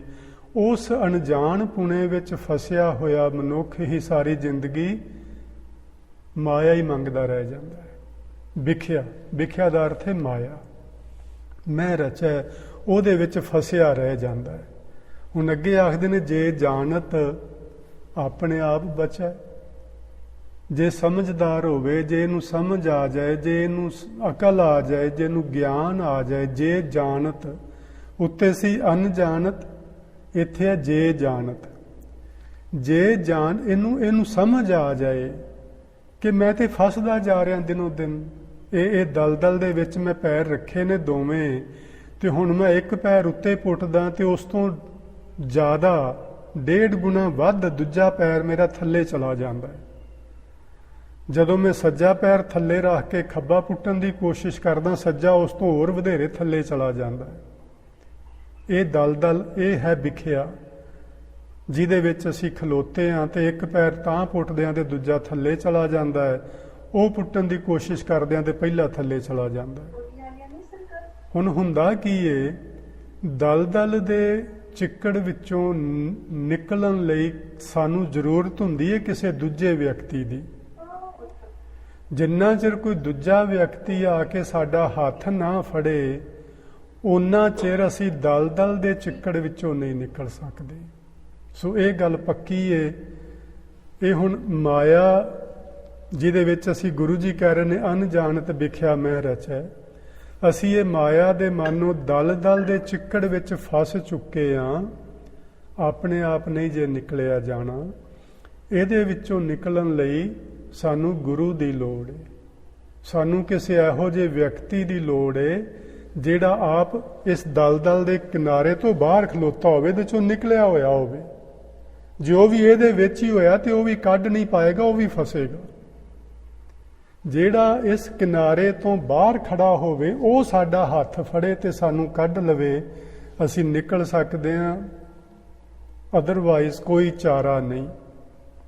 ਇਸ ਲਈ ਬਾਰ-ਬਾਰ ਮੈਂ ਆਪ ਜੀ ਨੂੰ ਵੀ ਬੇਨਤੀ ਕਰਦਾ ਤੇ ਮੈਂ ਆਪਣੇ ਆਪ ਨੂੰ ਵੀ ਆਖਦਾ ਕਿ ਗੁਰੂ ਦਾ ਪੱਲਾ ਘੁੱਟ ਕੇ ਫੜ ਲਈ। ਔਰ ਮੈਂ ਪਿਛਲੀ ਵਾਰੀ ਤੁਹਾਨੂੰ ਇਹ ਵੀ ਬੇਨਤੀ ਕੀਤੀ ਸੀ ਕਿ ਸ਼ਾਇਦ ਅਸੀਂ ਫੜਿਆ ਗੁਰੂ ਦਾ ਪੱਲਾ ਤੇ ਸਾਡੇ ਤੋਂ ਛੁੱਟੀ ਨਾ ਜਾਏ। ਗੁਰੂ ਨੂੰ ਆਖੋ ਤੂੰ ਹੀ ਸਾਡਾ ਫੜ ਲੈ, ਤੂੰ ਸਾਡਾ ਪੱਲਾ ਫੜ ਲੈ, ਫਿਰ ਕਦੀ ਛੱਡੀ ਨਾ। ਅਸੀਂ ਛਡਾਉਣਾ ਵੀ ਚਾਹੀਏ ਤਾਂ ਵੀ ਨਾ ਛੱਡੀ, ਹੈ ਨਾ। ਇਹ ਸੋਚ ਸਾਡੀ ਬਣਨੀ ਚਾਹੀਦੀ ਹੈ। ਜੇ ਜਾਣਤ, ਜੇ ਇਹਨੂੰ ਗਿਆਨ ਹੋ ਜਾਏ ਇਸ ਗੱਲ ਦਾ, ਜੇ ਸਮਝ ਆ ਜਾਏ, ਫਿਰ ਆਪਣੇ ਆਪ ਬਚੈ। ਫਿਰ ਇਹਨੂੰ ਚਾਹੀਦਾ ਹੈ ਕਿ ਆਪਣਾ ਆਪਾ ਇਸ ਮਾਇਆ ਦੀ ਫਾਈ ਤੋਂ ਬਚਾ ਲਵੇ, ਇਹਦੇ ਤੋਂ ਉੱਚਾ ਉੱਠ ਜਾਵੇ। ਗੁਰੂ ਨੂੰ ਆਖੇ ਮੇਰਾ ਪੱਲਾ ਫੜ, ਮੇਰੀ ਬਾਂਹ ਫੜ, ਜਾਂ ਗੁਰੂ ਦਾ ਪੱਲਾ ਆਪਾਂ ਫੜ ਲਈਏ। ਜਿਵੇਂ ਕਿਵੇਂ ਵੀ ਗੁਰੂ ਹੀ ਸਾਨੂੰ ਇਸ ਦਲਦਲ ਦੇ ਚਿੱਕੜ ਵਿੱਚੋਂ ਬਾਹਰ ਕੱਢਣ ਦੇ ਸਮਰੱਥੇ, ਹੋਰ ਸਾਡੇ ਕੋਲ ਕੋਈ ਚਾਰਾ ਨਹੀਂ। ਅੱਗੇ ਗੁਰੂ ਜੀ ਆਖਦੇ ਨੇ ਭਰਮੇ ਭੂਲਾ ਦਹਿ ਦਿਸ ਧਾਵੈ। ਭਰਮਾਂ ਵਿੱਚ ਪੈ ਕੇ ਭਟਕਦਾ ਹੋਇਆ ਮਨੁੱਖ, ਭਰਮੇ ਭੂਲਾ ਦਾ ਮਤਲਬ ਹੈ ਭਰਮਾਂ ਵਿੱਚ ਪੈ ਕੇ ਭੁੱਲਿਆ ਹੋਇਆ, ਜੀਵਨ ਦੇ ਸਹੀ ਮਾਰਗ ਤੋਂ ਥਿੜਕਿਆ ਹੋਇਆ, ਕੁਰਾਹੇ ਪਿਆ ਹੋਇਆ ਆਖ ਲਵੋ। ਇਹ ਜਿਹੜਾ ਮਨੁੱਖ ਹੈ ਦਹਿ ਦਿਸ ਧਾਵੈ, 10 ਦਿਸ਼ਾਵਾਂ ਵਿੱਚ ਭੱਜਾ ਫਿਰਦਾ ਹੈ। 10 ਦਿਸ਼ਾਵਾਂ ਹੁੰਦੀਆਂ ਨੇ, 4 ਦਿਸ਼ਾਵਾਂ ਨੇ ਸਾਡੀਆਂ, ਪੂਰਬ, ਪੱਛਮ, ਉੱਤਰ ਤੇ ਦਕਸ਼ਣ। 4 ਇਹਨਾਂ ਦੇ ਕੋਣ ਹੁੰਦੇ ਨੇ, 8 ਇੱਕ ਥੱਲੇ ਵਾਲੀ ਤੇ ਇੱਕ ਉੱਪਰ ਵਾਲੀ, ਇਹਨਾਂ ਨੂੰ 10 ਦਿਸ਼ਾਵਾਂ ਆਖਦੇ ਨੇ। ਦਹਿ ਦਿਸ ਧਾਵੈ, 10 ਹੀ ਦਿਸ਼ਾਵਾਂ ਵਿੱਚ ਮਨੁੱਖ ਵਿਚਾਰ ਕਰਕੇ, ਸੋਚ ਕਰਕੇ, ਮਨ ਕਰਕੇ ਭਟਕਦਾ ਫਿਰਦਾ ਹੈ। ਤੇ ਅੱਜ ਤੇ ਬਈ ਸਰੀਰ ਕਰਕੇ ਵੀ ਭਟਕਦਾ ਫਿਰਦਾ ਹੈ। ਕਿੰਨੇ ਮੁਲਕ ਨੇ, ਕਈ ਲੋਕਾਂ ਨੇ ਕਿੰਨੇ ਮੁਲਕ ਜਿਹੜੇ ਨੇ ਗਾਏ ਨੇ, ਸਿਰਫ ਕਾਹਦੇ ਲਈ? ਪੈਸੇ ਲਈ। ਇੱਥੇ ਬੜਾ ਸੁੱਖ ਹੈ, ਬੜਾ ਆਨੰਦ ਹੈ, ਸਭ ਠੀਕ ਹੈ, ਲੇਕਿਨ ਕਿਸੇ ਨੇ ਦੱਸਿਆ ਕਿ ਉੱਥੇ ਦੂਜੀ ਥਾਂ ਤੇ ਉਸ ਤੋਂ 4 ਪੈਸੇ ਵੱਧ ਕਮਾਏ ਜਾ ਸਕਦੇ ਨੇ। ਮਨੁੱਖ ਉੱਧਰ ਨੂੰ ਦੌੜ ਪੈਂਦਾ ਹੈ। ਜੇ ਸੱਚੀ ਮੁੱਚੀ ਇੱਥੇ ਸੁੱਖ ਹੈ, ਸ਼ਾਂਤੀ ਹੈ, ਜਿੰਨਾ ਕੁ ਕਮਾਉਂਦੇ ਆ ਗੁਜ਼ਾਰਾ ਹੋ ਰਿਹਾ ਹੈ, ਫਿਰ ਉਹਨੂੰ ਭੱਜਣ ਦੀ ਕੀ ਲੋੜ ਹੈ? ਤੁਸੀਂ ਆਖੋਗੇ ਵੀ ਇੰਡੀਆ ਤੋਂ ਤੂੰ ਕਿਉਂ ਆਇਆ? ਮੈਂ ਤੁਹਾਨੂੰ ਸਹੀ ਗੱਲ ਦੱਸਾਂ, ਤੁਹਾਡਾ ਮੈਨੂੰ ਪਤਾ ਨਹੀਂ, ਮੇਰਾ ਆਪਣਾ ਪਤਾ ਹੈ ਮੈਨੂੰ, ਤੇ ਮੈਨੂੰ ਆਪਣੇ ਜ਼ਿਮੀਂਦਾਰ ਭਰਾਵਾਂ ਦਾ ਪਤਾ ਹੈ, ਕਿਉਂਕਿ ਅਸੀਂ ਪਿੰਡਾਂ 'ਚ ਰਹਿਣ ਵਾਲੇ ਜ਼ਿਮੀਂਦਾਰਾਂ ਨਾਲ ਸੰਬੰਧਿਤ ਸਾਂ। ਸਾਡੇ ਜ਼ਿਮੀਂਦਾਰ ਲੋਕਾਂ ਨੂੰ ਆੜਤੀ ਲੋਕਾਂ ਨੇ ਐਸੇ ਚੁੰਗਲ ਵਿੱਚ ਫਸਾਇਆ ਹੋਇਆ ਸੀ, ਅਸੀਂ ਸਾਰੀ ਜ਼ਿੰਦਗੀ ਉਹਨਾਂ ਦੇ ਕਰਜ਼ੇ ਹੇਠੋਂ ਨਿਕਲ ਹੀ ਨਹੀਂ ਸਾਂ ਸਕਦੇ। ਇਹ ਸੱਚਾਈ ਹੈ, ਅਸਲੀਅਤ ਹੈ। ਉਹ ਕਰਜ਼ਾ ਵੀ ਆਪਣੀ ਕਿਸਮ ਦਾ ਵੱਖਰਾ ਹੀ ਹੁੰਦਾ। ਹੁਣ ਉਹਦਾ ਮੈਂ ਕੀ ਤੁਹਾਨੂੰ ਦੱਸਾਂ। ਬਸ ਉਹ ਜਿਹਨੂੰ ਆਉਂਦੇ ਨੇ ਚੱਕਰ ਵ੍ਰਿਧੀ ਵਿਆਜ, ਵਿਆਜ ਤੇ ਵਿਆਜ, ਵਿਆਜ ਤੇ ਵਿਆਜ, ਵਿਆਜ ਤੇ ਵਿਆਜ ਲਾ ਕੇ ਫਿਰ ਉਹਨਾਂ ਨੇ, ਪਤਾ ਇੱਕ ਹੋਰ ਉਹਨਾਂ ਕੋਲ ਬੜਾ ਤਰੀਕਾ ਸੀ। ਸਾਡੇ ਲੋਕ ਪਿੰਡਾਂ ਵਾਲੇ ਅਨਪੜ੍ਹ ਸਨ, ਉਹਦੇ ਕੋਲ ਆੜਤੀ ਕੋਲ ਜਾਣਾ ਤੇ ਉਹਨੇ ਵਿਆਜ ਵਿਊਜ ਲਾ ਕੇ ਗਿਣ ਕੇ ਦੱਸ ਦੇਣਾ ਵੀ ਇੰਨੇ ਬਣੇ ਨੇ। ਤੇ ਜ਼ਿਮੀਂਦਾਰ ਨੇ ਸਹਿ ਸੁਭਾਅ ਪੁੱਛਣਾ ਵੀ ਇਹ ਕਾਹਦੇ ਨੇ? ਉਹਨੇ ਆਖਣਾ ਇੰਨੇ 100 ਰੁਪਏ ਤੇ ਕੱਪੜੇ ਦੇ ਨੇ ਤੇ ਇੰਨੇ 100 ਕੱਪੜੇ ਵਾਲੇ, ਮਤਲਬ ਡਬਲ ਬਣਾ ਕੇ ਬਹਿ ਜਾਣਾ। ਇੰਨੇ 100 ਕੱਪੜੇ ਦੇ, ਇੰਨੇ 100 ਕੱਪੜੇ ਵਾਲੇ, ਇੰਨੇ 100 ਤੇਰੇ ਸੌਦੇ ਦੇ, ਇੰਨੇ 100 ਸੌਦੇ ਵਾਲੇ। ਤੇ ਜ਼ਿਮੀਂਦਾਰ ਵਿਚਾਰੇ ਨੇ ਚੁੱਪ ਕਰਕੇ ਸੁਣੀ ਜਾਣਾ। ਸੋ ਇਹ ਹਾਲਤ ਸੀ ਉੱਥੇ। ਕਮ ਸੇ ਕਮ ਇੱਥੇ ਆ ਕੇ ਮੈਨੂੰ ਲੱਗਦਾ ਸੀ ਉਸ ਮਾੜੀ ਹਾਲਤ ਵਿੱਚੋਂ ਨਿਕਲ ਗਏ ਆ। ਇੱਥੇ ਸੁੱਖ ਹੈ, ਸ਼ਾਂਤੀ ਹੈ, ਜਿੰਨੀ ਕੁ ਜ਼ਰੂਰਤ ਹੈ ਕਮਾ ਲੈਂਦੇ ਆ, ਸੋਹਣਾ ਰੱਬ ਰੋਟੀ ਪਿਆ ਦਿੰਦਾ ਹੈ, ਹੁਣ ਭਟਕਣ ਦੀ ਲੋੜ ਨਹੀਂ, ਭਰਮਾਂ ਵਿੱਚ ਪੈ ਕੇ ਹੁਣ ਭੁੱਲਣ ਦੀ ਲੋੜ ਨਹੀਂ। ਤੁਸੀਂ ਤੇ ਵੈਸੇ ਹੁਣ ਚਲੋ ਵੈਸੇ ਰਿਟਾਇਰਡ ਜੇ, ਤੁਸੀਂ ਤੇ ਕਿੱਧਰ ਭਟਕਣਾ ਹੈ ਹੁਣ, ਪਰ ਫਿਰ ਵੀ ਅੰਦਰੋਂ ਮਨ ਤੇ ਨਹੀਂ ਨਾ ਖਲੋਂਦਾ ਪਿਆ। ਗੱਲ ਉਹ ਹੈ, ਹੁਣ ਮਨ ਨੂੰ ਖਿਲਾਰ ਲਵੋ ਵੀ ਹੁਣ ਜੋ ਮੈਂ ਜ਼ਿੰਦਗੀ 'ਚ ਕਰਨਾ ਸੀ, ਜੋ ਮੈਂ ਕਰ ਸਕਿਆ, ਮੈਂ ਵੱਧ ਤੋਂ ਵੱਧ ਚਾਰਾ ਕੀਤਾ ਹੈ, ਵੱਧ ਤੋਂ ਵੱਧ ਕਰਨ ਦਾ, ਪਰ ਕਮ ਸੇ ਕਮ ਹੁਣ ਮੈਂ ਸ਼ਾਂਤ ਹੋਵਾਂ। ਹੁਣ ਸ਼ਾਂਤ ਹੋਵਾਂ, ਆਪਣੀਆਂ ਮੰਗਾਂ ਨੂੰ ਪਰੇ ਰੱਖਾਂ, ਤੇ ਹੁਣ ਮੈਂ ਪ੍ਰਭੂ ਦੀ ਭਗਤੀ ਵਿੱਚ ਜੁੜਾਂ, ਹੁਣ ਮੈਂ ਵਾਹਿਗੁਰੂ ਜੀ ਦੇ ਨਾਮ ਸਿਮਰਨ ਵਿੱਚ ਜੁੜਾਂ, ਮਨ ਨੂੰ ਸ਼ਾਂਤ ਕਰਕੇ ਤੇ ਪ੍ਰਭੂ ਦੇ ਲੇਖੇ ਜਿਹੜੇ ਬਾਕੀ ਮੇਰੇ ਸਵਾਸ ਨੇ ਉਹਨਾਂ ਨੂੰ ਮੈਂ ਲਾ ਦਿਆਂ। ਅੱਗੇ ਆਖਿਆ ਗੁਰੂ ਜੀ ਨੇ, ਨਿਮਖ ਮਾਹੇ ਚਾਰ ਕੁੰਟ ਫਿਰ ਆਵੇ। ਨਿਮਖ ਵਿੱਚ, ਨਿਮਖ ਬਹੁਤ ਛੋਟਾ ਹੈ, ਜਿਵੇਂ ਅਸੀਂ ਅੱਜ ਕੱਲ੍ਹ ਸੈਕਿੰਡ ਕਹਿੰਦੇ ਹਾਂ, ਇੰਨੇ ਚਿਰ ਵਿੱਚ ਚਾਰਾਂ ਦਿਸ਼ਾਵਾਂ ਵਿੱਚ, ਚਾਰ ਕੁੰਟ ਯਾਨੀ ਚੌਂ ਦਿਸ਼ਾਵਾਂ ਵਿੱਚ, ਚੌਹਾਂ ਗੁੱਠਾਂ ਵਿੱਚ ਘੁੰਮ ਕੇ ਆ ਜਾਂਦਾ ਹੈ। ਤੇ ਤੁਹਾਨੂੰ ਯਾਦ ਹੋਣਾ, ਅਸੀਂ ਪਹਿਲਾਂ ਬੜੇ ਸਾਲ ਪਹਿਲਾਂ ਇੱਕ ਵਾਰੀ ਗੱਲ ਕੀਤੀ ਸੀ ਤੇ ਵੀ ਮਨੁੱਖੀ ਮਨ ਕਿਤੇ ਨਹੀਂ ਜਾਂਦਾ, ਇਹ ਆਪਣੇ ਅੰਦਰ ਹੀ ਇਹਨੇ ਦੁਨੀਆ ਵਸਾਈ ਹੋਈ ਹੈ ਤੇ ਅੰਦਰ ਹੀ ਵੇਖਦਾ ਰਹਿੰਦਾ ਹੈ। ਸੋ ਜਾਂਦਾ ਹੈ ਕਿਤੇ ਨਹੀਂ, ਅੰਦਰ ਹੀ ਇਹਨੇ ਚਾਰ ਕੁੰਟਾਂ ਦੀ ਦ੍ਰਿਸ਼ਟੀ, ਆਪਣੀ ਸ੍ਰਿਸ਼ਟੀ ਦੀ ਸਿਰਜਣਾ ਕੀਤੀ ਹੋਈ ਹੈ, ਉਹਦੇ ਵਿੱਚ ਹੀ ਇਹ ਘੁੰਮਦਾ ਰਹਿੰਦਾ ਹੈ। ਬਸ ਇਹ ਆਪਣੇ ਵਿਚਾਰ ਕਦੀ UK ਪਹੁੰਚ ਗਿਆ, ਕਦੀ ਅਰਬ ਵਿੱਚ ਪਹੁੰਚ ਗਿਆ, ਕਦੀ USA 'ਚ ਆ ਗਿਆ, ਕਦੀ ਇੰਡੀਆ ਚਲਾ ਗਿਆ, ਬਸ ਆਪਣੀ ਵਿਚਾਰ ਨੂੰ ਹੀ ਦੁੜਾਈ ਫਿਰਦਾ।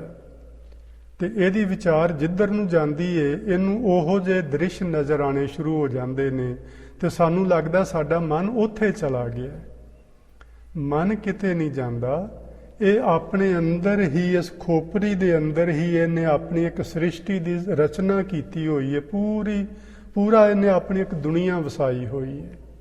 ਬਸ ਇਹ ਉਹਦੇ ਅੰਦਰ ਹੀ ਚੱਕਰ ਲਾਉਂਦਾ ਰਹਿੰਦਾ ਹੈ, ਕਦੀ ਕਿਸੇ ਯਾਰ ਕੋਲ, ਕਦੀ ਕਿਸੇ ਦੋਸਤ ਕੋਲ, ਕਦੀ ਕਿਸੇ ਰਿਸ਼ਤੇਦਾਰ ਕੋਲ, ਕਦੀ ਕਿਸੇ ਕੋਲ, ਬਸ ਆਹ ਕੁਝ ਅੰਦਰ ਹੀ ਅੰਦਰ ਕਰਦਾ ਰਹਿੰਦਾ। ਸੋ ਇਸ ਤਰ੍ਹਾਂ ਗੁਰੂ ਜੀ ਨੇ ਆਖਿਆ, ਨਿਮਖ ਮਾਹੇ ਚਾਰ ਕੁੰਟ ਫਿਰ ਆਵੇ।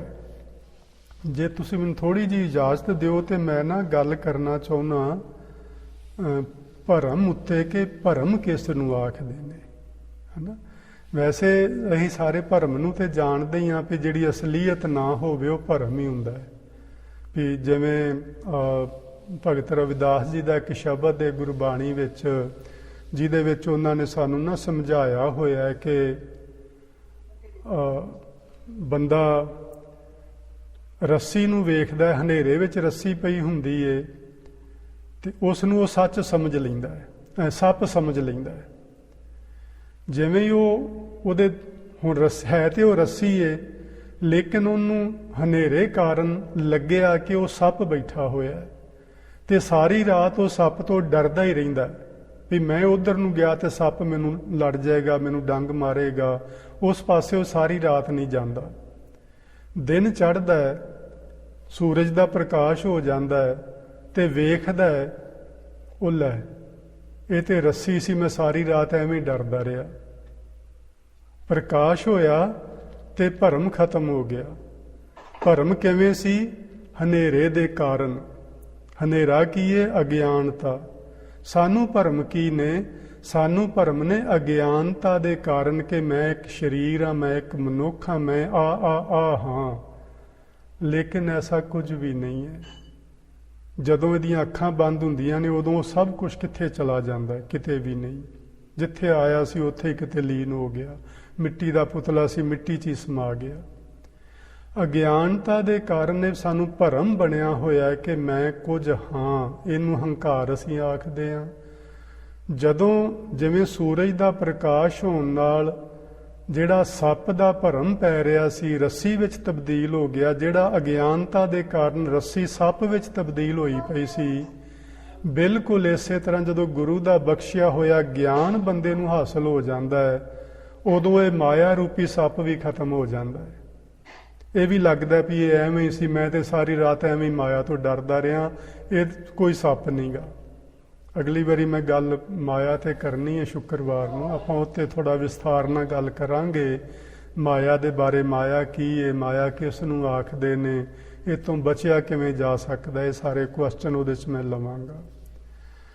ਭਗਤ ਰਵਿਦਾਸ ਆਖਦੇ ਨੇ, ਮਾਧਵੇ ਕਿਆ ਕਹੀਏ ਭਰਮ ਐਸਾ, ਹੇ ਮੇਰੇ ਵਾਹਿਗੁਰੂ ਕੀ ਆਖੀਏ। ਆਹ ਇੱਕ ਭਰਮ ਖੜਾ ਹੋ ਗਿਆ। ਰਵਿਦਾਸ ਜੀ ਦਾ ਤੇ ਨਿਕਲ ਗਿਆ ਸੀ, ਗੱਲ ਤੇ ਸਾਡੀ ਹੋ ਰਹੀ ਹੈ। ਮਨੁੱਖਤਾ ਦੇ ਮਨ ਵਿੱਚ ਇੱਕ ਭਰਮ ਪੈਦਾ ਹੋ ਗਿਆ ਹੈ, ਜੈਸਾ ਮਾਨੀਏ ਹੋਏ ਨਾ ਤੈਸਾ।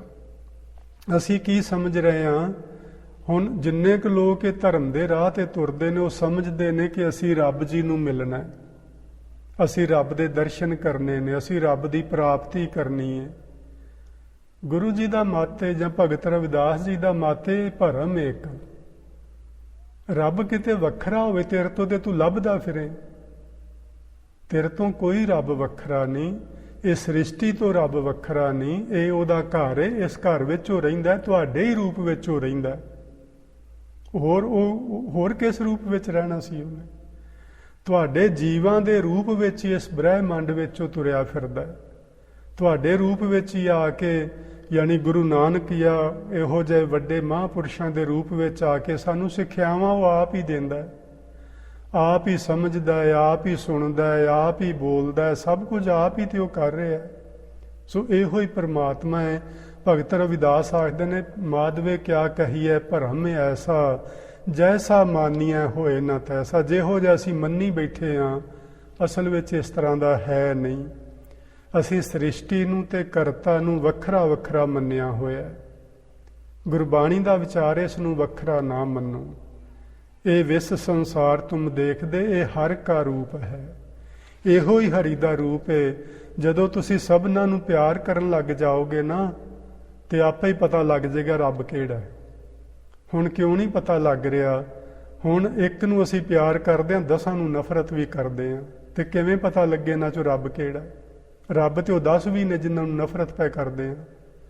ਇਸ ਕਰਕੇ ਸਮਝ ਨਹੀਂ ਆ ਰਹੀ ਵੀ ਰੱਬ ਕਿਹੜਾ ਹੈ। ਇਸ ਕਰਕੇ ਅਸੀਂ ਉਹਦੀ ਭਾਲ ਵਿੱਚ ਤੁਰੇ ਫਿਰਦੇ ਹਾਂ। ਜਿਹੜੇ ਅਧਿਆਤਮਕਵਾਦੀ ਲੋਕ ਨੇ, ਕਿਤੇ ਜਾਣ ਦੀ ਲੋੜ ਨਹੀਂ, ਬਸ ਜਿਨ ਪ੍ਰੇਮ ਕੀਓ ਤਿਨ ਹੀ ਪ੍ਰਭ ਪਾਇਓ ਵਾਲੀ ਗੱਲ ਏ। ਸਭਨਾਂ ਨੂੰ ਪ੍ਰੇਮ ਕਰੋ, ਕਿਸੇ ਨਾਲ ਨਫ਼ਰਤ ਨਾ ਕਰੋ, ਕਿਸੇ ਨਾਲ ਈਰਖਾ ਨਾ ਕਰੋ, ਕਿਸੇ ਨਾਲ ਵੈਰ ਵਿਰੋਧ ਨਾ ਕਰੋ।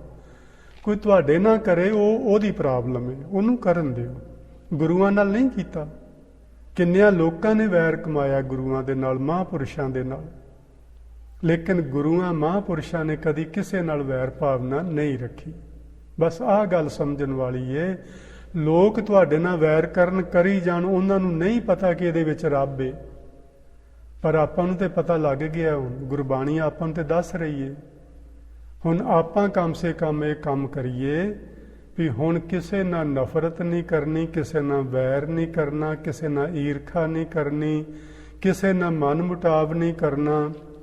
ਕੋਈ ਮੇਰੇ ਨਾਲ ਕਰੇਗਾ, ਉਹਦੀ ਮਰਜ਼ੀ, ਆਪਾਂ ਉਹਨੂੰ ਨਹੀਂ ਰੋਕ ਸਕਦੇ, ਕਿਉਂਕਿ ਰੱਬ ਨੇ ਆਜ਼ਾਦੀ ਉਹਨੂੰ ਵੀ ਤੇ ਉਨੀ ਕੁ ਦਿੱਤੀ ਹੋਈ ਹੈ ਨਾ।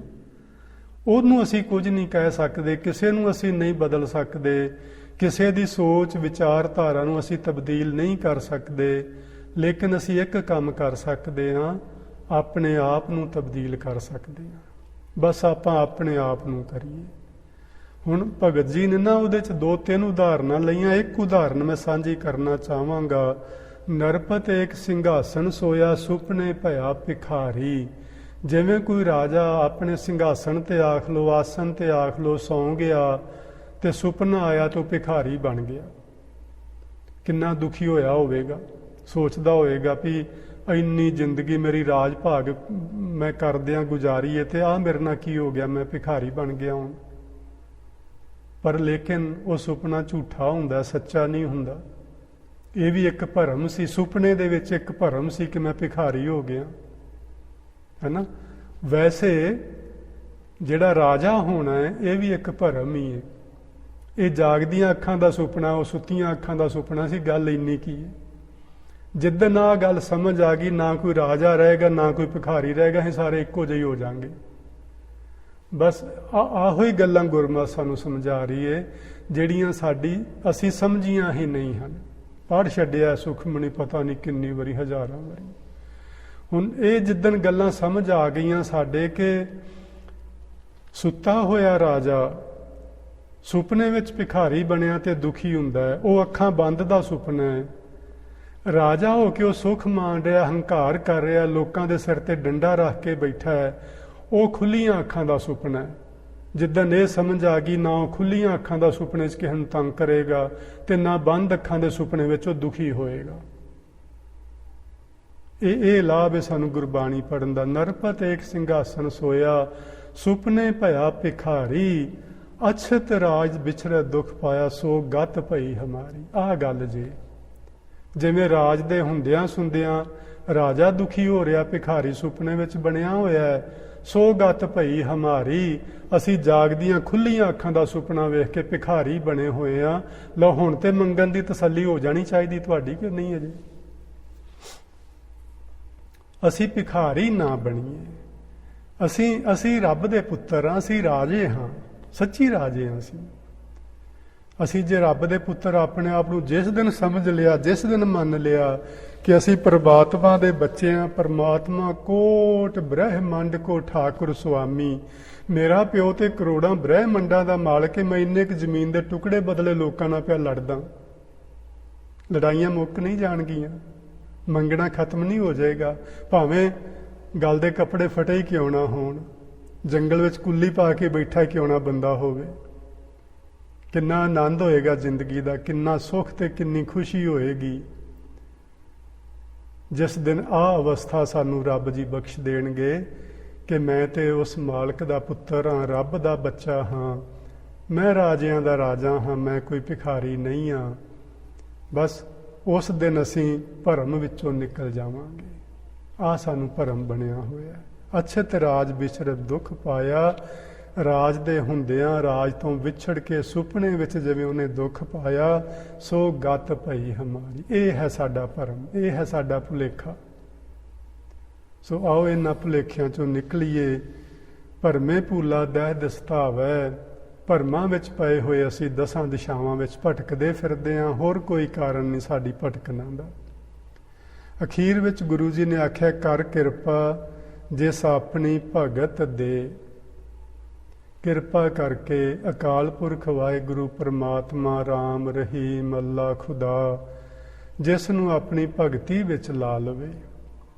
ਭਗਤੀ ਤੇ ਆਪਾਂ ਸਮਝਦੇ ਹੀ ਹਾਂ ਕਿ ਅਸਲ ਵਿੱਚ ਜਿਹੜੀ ਭਗਤੀ ਹੁੰਦੀ ਹੈ ਨਾ ਜੀ, ਇਹ ਵਾਹਿਗੁਰੂ ਵਾਹਿਗੁਰੂ ਰਾਮ ਰਾਮ ਆਖਣਾ ਭਗਤੀ ਨਹੀਂ ਹੁੰਦੀ। ਉਹ ਭਗਤੀ ਦਾ ਇੱਕ ਅੰਗ ਹੁੰਦਾ ਹੈ, ਇੱਕ ਹਿੱਸਾ ਹੁੰਦਾ ਹੈ। ਉਹ ਵੇਖੋ, ਜਿਵੇਂ ਅਸੀਂ ਕਿਸੇ ਮੰਜ਼ਿਲ ਤੇ ਪਹੁੰਚਣਾ ਨਾ, ਤੁਸੀਂ ਨਿਊਯਾਰਕ ਜਾਣਾ ਹੋਵੇ ਤੇ ਤੁਸੀਂ ਇੱਥੋਂ ਸਾਜੋ ਸਮਾਨ ਇਕੱਠਾ ਕਰ ਲਿਆ, ਤੁਰਨ ਲਈ ਕਾਰ ਤਿਆਰ ਕਰ ਲਈ, ਉਹਦੇ 'ਚ ਗੈਸ ਭਰਾ ਲਈ, ਉਹ ਤੁਸੀਂ ਰਾਹ ਵਿੱਚ ਖਾਣ ਲਈ ਕੁਝ ਪੱਲੇ ਬੰਨ੍ਹ ਲਿਆ। ਇਹ ਸਭ ਕੁਝ ਨਿਊਯਾਰਕ ਤੇ ਨਹੀਂ ਹੈ ਨਾ, ਇਹ ਸਭ ਕੁਝ ਨਿਊਯਾਰਕ ਨਹੀਂ ਹੈ। ਨਿਊਯਾਰਕ ਉਦੋਂ ਹੀ ਹੋਏਗਾ ਜਦੋਂ ਉੱਥੇ ਪਹੁੰਚ ਜਾਓਗੇ। ਜਿਹੜਾ ਅਸੀਂ ਇਹ ਸਿਮਰਨ ਕਰ ਰਹੇ ਹਾਂ, ਬਾਣੀ ਪੜ੍ਹ ਰਹੇ ਹਾਂ, ਹੁਣ ਅਸੀਂ ਸੰਗਤ ਕਰ ਰਹੇ ਹਾਂ, ਅਸੀਂ ਗੁਰਬਾਣੀ ਦੀ ਵਿਚਾਰ ਸਮਝ ਰਹੇ ਹਾਂ, ਇਹ ਸਭ ਉਹ ਨਹੀਂ ਜੇ। ਸਾਨੂੰ ਇਹ ਵੀ ਇੱਕ ਭੁਲੇਖਾ ਹੈ, ਇਹ ਵੀ ਇੱਕ ਭਰਮ ਹੈ ਕਿ ਮੈਂ ਪਾਠ ਕਰ ਲਿਆ ਬਸ ਹੋ ਗਿਆ। ਮੈਂ ਕਈਆਂ ਲੋਕਾਂ ਤੋਂ ਸੁਣਿਆ, ਉਹਨਾਂ ਦੀ ਤਾਂ ਵਰਡਿੰਗ ਇਹੋ ਜਿਹੀ ਹੁੰਦੀ, ਕਹਿੰਦੇ ਮੈਂ ਗੁਰਦੁਆਰਾ ਕਰ ਆਇਆ। ਭਈ ਗੁਰਦੁਆਰਾ ਕੀ ਕਰ ਆਇਆ ਤੂੰ? ਮੱਥਾ ਟੇਕ ਆਇਆ, ਗੁਰਦੁਆਰਾ ਹੋ ਗਿਆ ਅੱਜ ਬਸ। ਲਓ, ਮੱਥਾ ਟੇਕ ਕੇ ਗੁਰਦੁਆਰਾ ਹੋ ਜਾਂਦਾ ਲੋਕਾਂ ਦਾ। ਇਸ ਤਰ੍ਹਾਂ ਦਾ ਕੋਈ ਗੁਰਦੁਆਰਾ ਨਹੀਂ ਹੁੰਦਾ, ਇਸ ਤਰ੍ਹਾਂ ਦਾ ਕੋਈ ਮੱਥਾ ਨਹੀਂ ਹੁੰਦਾ, ਇਸ ਤਰ੍ਹਾਂ ਦੀ ਕੋਈ ਭਗਤੀ ਨਹੀਂ ਹੁੰਦੀ। ਇਹ ਭਗਤੀ ਦਾ ਇੱਕ ਇੱਕ ਅੰਗ ਹੈ, ਇੱਕ ਇੱਕ ਹਿੱਸਾ ਹੈ। ਗੁਰਦੁਆਰੇ ਜਾਣਾ, ਬਾਣੀ ਸੁਣਨਾ, ਕੀਰਤਨ ਕਰਨਾ, ਵਿਚਾਰ ਸੁਣਨਾ, ਇਹ ਉਸ ਭਗਤੀ ਦਾ ਇੱਕ ਇੱਕ ਹਿੱਸਾ ਹੈ। ਇਹ ਸਾਰੀ ਭਗਤੀ ਨਹੀਂ ਹੈ। ਭਗਤੀ ਉਹ ਹੈ ਜਿਸ ਦਿਨ ਸਾਡੀ ਸੋਚ ਉਸ ਮਾਲਕ ਦੇ ਵਿੱਚ ਅਭੇਦ ਹੋ ਗਈ। ਸਾਡੇ ਫੁਰਨੇ ਵਿੱਚ ਉਹਨੂੰ ਛੱਡ ਕੇ ਹੋਰ ਕੌਣ ਫੁਰਨਾ ਆਵੇਗਾ ਹੀ ਨਹੀਂ। ਉਸ ਨੂੰ ਭਗਤੀ ਆਖਦੇ ਨੇ। ਸਿਰਫ ਤੇ ਸਿਰਫ ਜਾਂ ਨਿਰਵਿਚਾਰ ਹੋ ਗਿਆ ਬੰਦਾ ਤੇ ਜਾਂ ਉਹਦੀ ਯਾਦ ਬਣੀ ਹੋਈ ਹੈ, ਇਹ ਭਗਤੀ ਹੁੰਦੀ ਹੈ। ਮੈਂ ਅੱਗੇ ਥੋੜ੍ਹਾ ਜਿਹਾ ਇੱਕ ਪ੍ਰਮਾਣ ਲਿਆਂਦਾ ਤੁਹਾਡੇ ਨਾਲ ਸਾਂਝਾ ਕਰਨਾ ਹੈ। ਭਗਤੀ ਕੀ ਹੁੰਦੀ ਹੈ? ਨਾਨਕ ਤੇ ਜਨ ਨਾਮ ਮਿਲੇ। ਵੇਖੋ, ਹੁਣ ਅਸੀਂ ਨਾਮ ਦੀ ਗੱਲ ਨਾ ਪਿੱਛੇ ਜੇ ਇੱਕ ਸੱਜਣ ਕਰਦੇ ਸਨ ਕਿ ਨਾਮ ਤੇ ਗੁਰੂ ਤੋਂ ਮੰਗਣਾ ਹੀ ਹੈ, ਮੰਗਣਾ ਚਾਹੀਦਾ। ਮੈਂ ਨਹੀਂ ਕਹਿੰਦਾ ਨਹੀਂ ਮੰਗਣਾ, ਲੇਕਿਨ ਨਾਮ ਮੰਗਿਆ ਨਹੀਂ ਮਿਲਦਾ ਹੁੰਦਾ। ਨਾਮ ਦੀ ਪ੍ਰਾਪਤੀ ਲਈ ਯੋਗਤਾ ਚਾਹੀਦੀ ਹੁੰਦੀ ਹੈ। ਤੁਸੀਂ ਕਿਸੇ ਸਕੂਲ ਕਾਲਜ ਵਿੱਚ ਜਾ ਕੇ, ਕਿਸੇ ਯੂਨੀਵਰਸਿਟੀ ਵਿੱਚ ਜਾ ਕੇ ਉਹਨਾਂ ਨੂੰ ਆਖੋ ਵੀ ਮੈਨੂੰ ਡਾਕਟਰ ਦੀ ਡਿਗਰੀ ਦੇ ਦਿਓ, ਮੈਂ ਤੁਹਾਡੇ ਤੋਂ ਡਿਗਰੀ ਮੰਗਣ ਆਇਆ, ਕੀ ਮਿਲ ਜੇਗੀ? ਬਿਲਕੁਲ ਨਹੀਂ ਮਿਲੇਗੀ। ਉਹਦੇ ਲਈ ਤੁਹਾਨੂੰ 17, 18, 20 ਸਾਲ ਲਾਉਣੇ ਹੀ ਪੈਣਗੇ, ਫਿਰ ਡਿਗਰੀ ਮਿਲੇਗੀ। ਤੁਹਾਨੂੰ ਫਿਰ ਮੰਗਣ ਦੀ ਲੋੜ ਨਹੀਂ ਪਏਗੀ। ਤੁਸੀਂ ਕੰਮ ਕੀਤਾ ਹੈ, ਮਿਹਨਤ ਕੀਤੀ ਹੈ, ਮਿਹਨਤ ਕਰਕੇ ਕਿਸੇ ਨੇ ਅੱਜ ਤੱਕ ਕੋਈ, ਤੁਸੀਂ ਸਾਰੇ ਪੜ੍ਹੇ ਲਿਖੇ ਜੇ, ਕਿਸੇ ਨੇ ਜਾ ਕੇ ਡਿਗਰੀ ਮੰਗੀ ਸੀ ਵੀ ਮੇਰੀ ਡਿਗਰੀ ਮੈਨੂੰ ਦਿਓ? ਨਹੀਂ। ਤੁਸੀਂ ਕਲਾਸ ਪਾਸ ਕਰ ਲਈਏ, ਡਿਗਰੀ ਆਪਣੇ ਆਪ ਤੁਹਾਡੇ ਘਰੇ ਬਾਈ ਮੇਲ ਆ ਜਾਣੀ ਹੈ, ਮੰਗਣ ਦੀ ਲੋੜ ਨਹੀਂ। ਬਸ ਤੁਸੀਂ ਭਗਤੀ ਸ਼ੁਰੂ ਕਰੋ, ਵਾਹਿਗੁਰੂ ਦੇ ਵਿੱਚ ਅਭੇਦਤਾ ਹਾਸਲ ਕਰਨੀ ਸ਼ੁਰੂ ਕਰੋ, ਨਾਮ ਆਪੇ ਹੀ ਮਿਲ ਜਾਏਗਾ। ਇੱਥੇ ਨਾਮ ਮਿਲਣ ਦੀ ਗੱਲ ਹੀ ਨਹੀਂ ਗੁਰੂ ਜੀ ਕਰ ਰਹੇ। ਕਹਿੰਦੇ ਨੇ ਨਾਮ ਦੇ ਮਾਂ ਨੂੰ ਵੇਖੋ ਨਾ, ਸਿਹਾਰੀ ਪਈ ਹੋਈ, ਨਾਮ ਵਿੱਚ। ਇਹਦਾ ਮਤਲਬ ਇਹ ਆ, ਨਾਨਕ ਤੇ ਜਨ ਨਾਮ ਮਿਲੇ। ਇਹਦਾ ਅਰਥ ਇਹ ਨਹੀਂ ਕਿ ਉਹਨਾਂ ਲੋਕਾਂ ਨੂੰ ਨਾਮ ਮਿਲ ਜਾਂਦਾ ਹੈ। ਇਹਦਾ ਅਰਥ ਇਹ ਆ, ਉਹ ਲੋਕ ਨਾਮ ਵਿੱਚ ਸਮਾ ਜਾਂਦੇ ਨੇ, ਨਾਮ ਵਿੱਚ ਮਿਲ ਜਾਂਦੇ ਨੇ। ਸੋ ਨਾਮ ਮਿਲਣਾ ਤੇ ਨਾਮ ਵਿੱਚ ਮਿਲਣਾ ਹੈ, ਹੁਣ ਦੋ ਵੱਖਰੀਆਂ ਚੀਜ਼ਾਂ ਤੁਹਾਨੂੰ ਨਜ਼ਰ ਨਹੀਂ ਆ ਰਹੀਆਂ।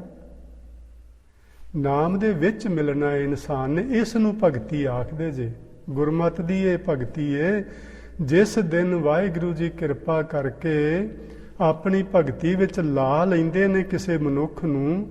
ਹੁਣ ਅਸੀਂ ਸੋਚ ਰਹੇ ਸਾਂ ਕਿ ਪਹਿਲਾਂ ਨਾਮ ਮਿਲੇਗਾ ਫਿਰ ਭਗਤੀ ਕਰਾਂਗੇ।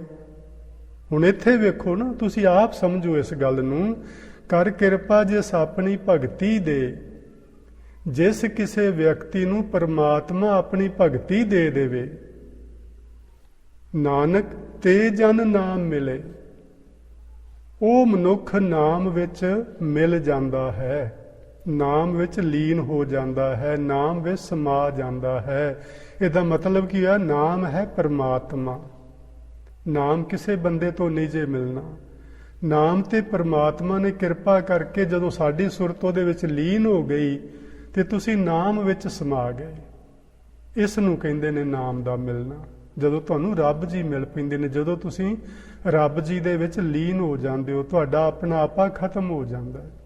ਇਹ ਹੈ ਨਾਮ ਵਿੱਚ ਮਿਲਣਾ। ਤੇ ਅਖੀਰ ਵਿੱਚ ਮੈਂ ਸਮਾਪਤੀ ਕਰਨਾ ਚਾਹਾਂਗਾ ਪੰਜਵੇਂ ਪਾਤਸ਼ਾਹ ਦੇ ਬਚਨਾਂ ਨਾਲ। ਕਰਨ ਕਰਾਵਨ ਹਾਰ ਸੁਆਮੀ, ਸਗਲ ਘਟਾ ਕੇ ਅੰਤਰ ਜਾਮੀ।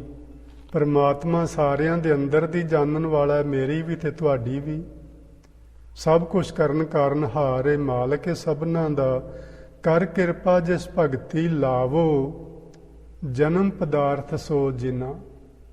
ਹੇ ਵਾਹਿਗੁਰੂ ਜੀ, ਤੁਸੀਂ ਜਿਨ੍ਹਾਂ ਨੂੰ ਕਿਰਪਾ ਕਰਕੇ ਆਪਣੀ ਭਗਤੀ ਵਿੱਚ ਲਾ ਲੈਂਦੇ ਹੋ, ਉਹ ਆਪਣੇ ਇਸ ਜਨਮ ਦੀ ਬਾਜੀ ਨੂੰ ਜਿੱਤ ਕੇ ਚਲਾ ਜਾਂਦਾ ਹੈ। ਸੋ ਅਸੀਂ ਸਾਰੇ ਭਾਈ ਜਨਮ ਦੀ ਬਾਜੀ ਨੂੰ ਜਿੱਤ ਕੇ ਜਾਈਏ, ਹਾਰ ਕੇ ਨਾ ਜਾਈਏ। ਇਹ ਗੁਰਮਤਿ ਦੀ ਵਿਚਾਰਧਾਰਾ ਹੈ। ਸਾਨੂੰ ਵਾਹਿਗੁਰੂ ਜੀ ਨੇ ਨਾ ਹੁਣ ਆਪਣੀ ਭਗਤੀ 'ਚ ਲਾਇਆ ਹੋਇਆ, ਥੋੜਾ ਥੋੜਾ, ਹਲਕਾ ਹਲਕਾ। ਉਹ ਚਾਹ ਰਿਹਾ ਕਿ ਤੁਸੀਂ ਮੇਰੇ ਵੱਲ ਆਓ। ਉਹਨੇ ਸਾਨੂੰ ਆਪਣੀ ਭਗਤੀ ਵਿੱਚ ਲਗਾਇਆ ਹੋਇਆ। ਤਾਂ ਹੀ ਤਾਂ ਕੋਈ ਸਵੇਰੇ ਉੱਠ ਰਿਹਾ ਹੈ, ਕੋਈ ਦੁਪਹਿਰ ਨੂੰ ਬੈਠਦਾ 2 ਘੜੀਆਂ, ਕੋਈ ਸ਼ਾਮ ਨੂੰ ਨਿਤਨੇਮ ਪਾਠ ਕਰ ਰਿਹਾ ਹੈ। ਇਹਦਾ ਮਤਲਬ ਸਾਨੂੰ, ਲੇਕਿਨ ਜੇ ਸਾਨੂੰ ਪ੍ਰਾਪਤੀ ਕੁਝ ਨਹੀਂ। ਅਸੀਂ ਜਿਵੇਂ ਮੈਂ ਬੇਨਤੀ ਕੀਤੀ ਨਾ, ਨਿਊਯਾਰਕ ਜਾਣ ਲਈ ਸਾਜੋ ਸਮਾਨ ਇਕੱਠਾ ਕਰਦੇ ਹਾਂ। ਬਸ ਇਹ ਸਾਰਾ ਸਾਜੋ ਸਮਾਨ ਇਕੱਠਾ ਹੋ ਰਿਹਾ ਸਾਡਾ, ਤੁਸੀਂ ਇਸ ਤਰ੍ਹਾਂ ਮੰਨ ਕੇ ਚੱਲੋ। ਲੇਕਿਨ ਸਾਡੀ ਤਿਆਰੀ ਜ਼ਰੂਰ ਹੈ ਨਿਊਯਾਰਕ ਜਾਣ ਦੀ।